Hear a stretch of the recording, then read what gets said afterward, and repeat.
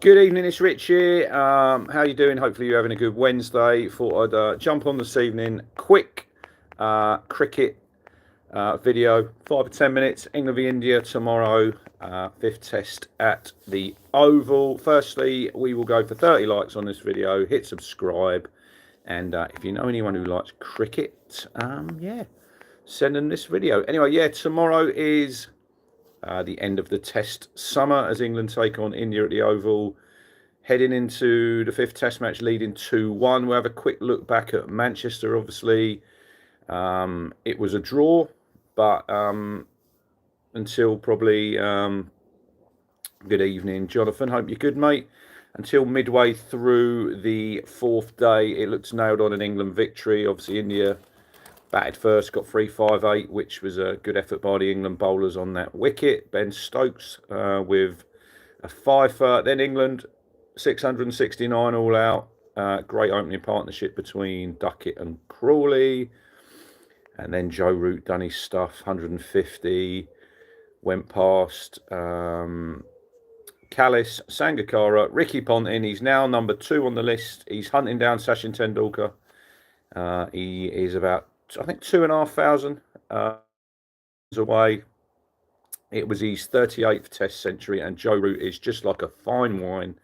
He just gets better. And I think if you're watching cricket or listening to cricket, cricket lover, you turn on the radio or turn on your TV and you see Joe Root batting, you feel just that sense of warmth, that sense of safeness. And he's got many years left, I think. What is he now, 34? He will break that record. It's just a case of when, not if. He's averaging over, I think, 51 now. So yeah, look, Joe Root, you could wax lyrical about Joe Root all day.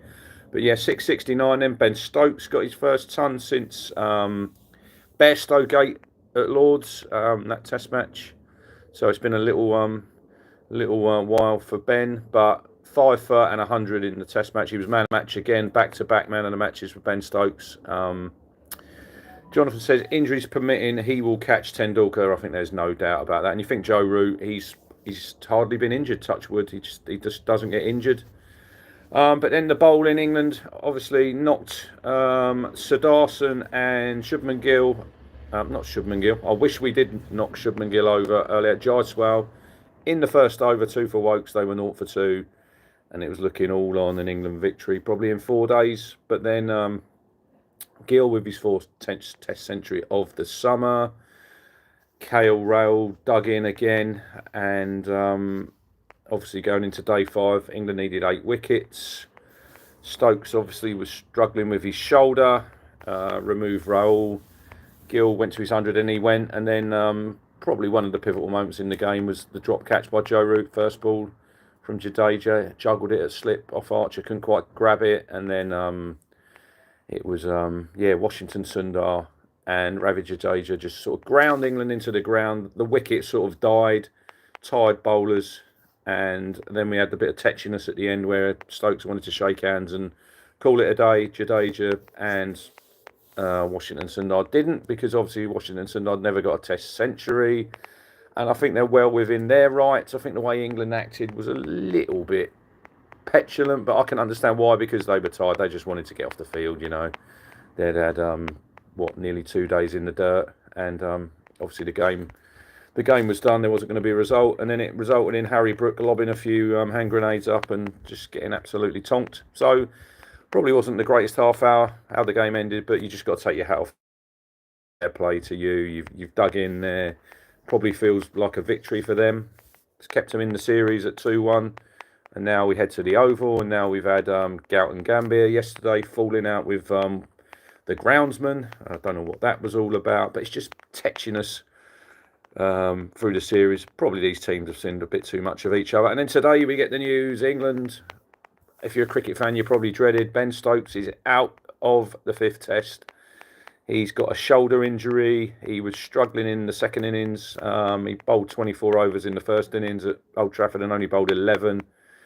And you could see he was struggling every time he was bowling. He was prodding it. And he's just not going to be available, which is a real big blow for England. But we probably need to look at the next series, which is down under in Australia, November time. So he's got a little bit of time then to get himself fit. He said he probably could have played. He might not have made it worse, but there is a chance he could have made it a lot worse. So they've taken that option to not play Ben, which is obviously a blow for England, and there's a big plus point for India. And then we've got 3 other changes. Jamie Overton's in, Gus Atkinson's in, Josh Tongue is in, out go Carse. Who else? Carse, Archer. Who's the other bowler? Off the top of my head. Liam Dawson. He's been binned. They binned him after 1 test. And Stokes, obviously. So Overton, Atkinson, Tongue, and Jacob Bethell into the fold, who we've wanted in the team for, well, since New Zealand. He obviously didn't play against Zimbabwe. Look, Jacob Bethell has got a lot of noise around him. He just hasn't been playing cricket. I don't really understand these players where he hasn't been playing. He's been in the squad. Go and play for Warwickshire. Go and get some runs. Go and score 100. I mean, he's still not got a first-class 100. Look, he's highly rated. He's going to bat at 6. He's going to provide a little bit of spin along with Joe Root. Obviously, Ollie Pope now takes the reins as captain. Robert says, no Stokes, no Ashes. Simple. I think we all agree with that. Jonathan said, hope Pope improves with his DRS calls. Yeah, he's not the greatest. But yeah, England are going to just have to. This is reality. England without Ben Stokes, and he's not going to go on forever. We've already lost, obviously, Anderson, and we lost Stuart Broad, and this is what life could be like without Ben Stokes. But it's hopefully just going to be for 1 test, and he's going to be ready and roaring, and that first morning in Perth, ready to get going in the Ashes. But it'll be interesting to see how we go. Pretty light bowling attack, I'd say. If I was Shubman Gill, I'd be rubbing my hands together and getting a 5th century in this series. I mean, Overton's hardly bowled. I think he bowled 14 overs for Surrey down at Scarborough. Or I'm thinking Scarborough. They played Yorkshire. 14 overs for 80 odd. He's got 1 test match for England 3 years ago. He did score 97 though. So he's in. Tongue. He's played a little bit in the first couple of tests. He got some wickets, but he was quite expensive. Gus Atkinson's hardly played any cricket. And then we've got Chris Wokes, who's played all 5. And he looks like he's nearly run his race, if I'm being quite honest. Good in home conditions, Chris Wokes. I hope he makes me eat my words. But he looks like he's lost a little bit of pace, a little bit of nip. And he's tired. But he's probably just going to have to go to the well again. Obviously, like I say, Root and Bethell providing the spin. Jonathan says, is Bumrah playing? I think they reckon he won't, because obviously he looked out on his feet at Old Trafford. I mean, you look at the 4 tests overall, and India really, if you look, have probably been the better team. England have won them big moments. If you look at the top of the batting averages, it's Indian players. I mean, Gill's up there, Jadeja, you just can't get him out. I think he got 450s and a ton. Interesting to see what team India go with. Like we say, I think Bumrah's going to be out. There's going to be no Rishabh Pant because he's obviously broken his foot, which is it's a blow to India, but I think it's a blow to the series. You know, I love watching him bat, and I think you should want the best players to play. So he's obviously out and won't be playing. So Jai Jarrell, I think, takes the gloves. But it'll be interesting to see what makeup India go with regards their bowling lineup. But it's all on this game. 2-1 for England. England just need a draw to get out the series and win the series. India obviously have to win. So they're going to have to make the run in. Interesting to see what the wicket's like at the Oval.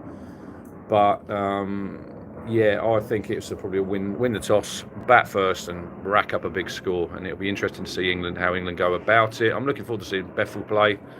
He's obviously batted at 3 when he was in the team before. Now he's down at 6. Yeah, we're just going to have to see what happens over the next 5 days. I think it'd be a good test match. But yeah, can England win them big moments? Can England take some wickets? I mean, the seamers in, I think between overs 40 and 80, we've hardly took a wicket all summer, you know. So if we do have to bowl first tomorrow morning, I think it could be a long, hard day. Look, Atkinson's obviously comes back in, and he's done well last year. Jonathan says, can we win 5 out of 5 tosses? Which is, yeah, we've been really good at that. But no Ben Stokes tomorrow. But yeah, 11 o'clock tomorrow. Sky doing the coverage, or TMS for the live radio feed, which sometimes I just like listening to it on the radio. I mean, been all over it today. If you are into your cricket podcast, obviously I listen to the Wisdom cricket podcast, but stick to cricket. Vaughan, Tufnell, Cook and Bumble. Get it in your wherever you listen to your podcasts. It is an absolutely brilliant listen. They had Andy Zaltzman on today's one, about an hour long, and it's really worth a listen. But yeah, hopefully we go well in this test match. Hopefully we can get over the line and win the series, and then we can all have a breath, have a rest before we head down under. I think that starts middle of November. I see the Aussies piping up in the press after what happened at the end of this test match. So it's going to be lively when England head down to Australia, and we're just fingers crossed that Ben Stokes is going to be on that plane, and he's going to be fit with the ball and with the bat to play a full part in the series. Looks like Archer, obviously, he's proved himself. I know he's played 2 test matches. Mark Wood was hoping to be fit for this test.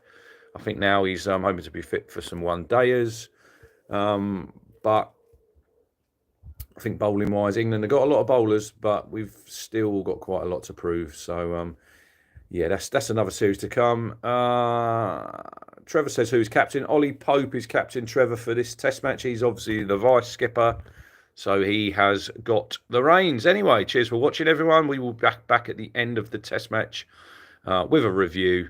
Hit the like button, hit subscribe, and yeah, enjoy the cricket, and I'll see you on the next one. All the best.